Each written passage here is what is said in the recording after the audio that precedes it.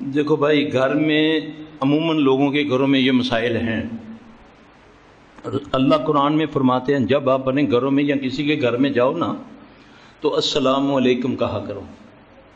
السلام علیکم ورحمۃ اللہ، کوئی ہو یا نہ ہو، یہ قرآن کہتا ہے.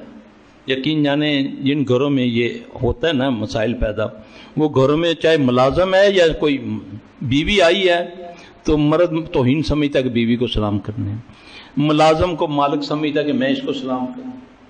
اللہ فرما رہا ہے جو مالک ہے ساری چیزوں کا، وہ کہتا ہے جب گھروں میں داخل ہوا کرو تو کیا کرا کرو؟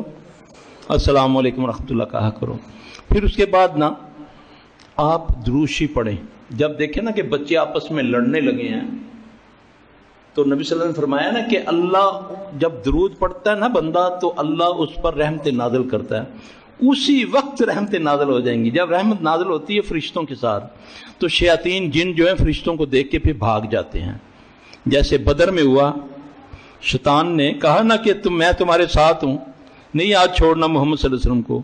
جب جبرائیل آئے تو کہتا ہے میں چل جو میں دیکھ رہا ہوں تمہیں نظر نہیں آتا، وہ تلک گیا.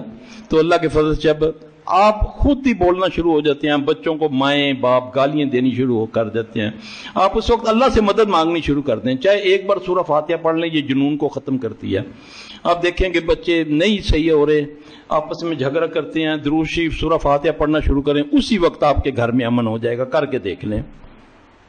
ہم الٹی سیدھی باتیں شروع کر دیتے ہیں، بچوں کو گالیاں، بیوی کو گالیاں، اور زیادہ شور. اب گلاس ٹوٹنے والا ٹوٹ گیا، بچے کو بھی مارا، بیوی کو بھی مارا، ہیں جی ان گلاس جڑ جائے گا. اس پر انا للہ پڑھ لو، ہیں جی تو انشاءاللہ اللہ اور دے دے گا. تو اس طرح ہوتے ہیں گھروں میں یا امن. تویز رکھنے سے امن نہیں. تویز اللہ نے دیے ہوئے ہیں، کتنے گھروں میں قرآن ہے نا، اس سے بڑا کوئی تویز ہے جی؟ 10 قرآن ہے ہر گھر میں.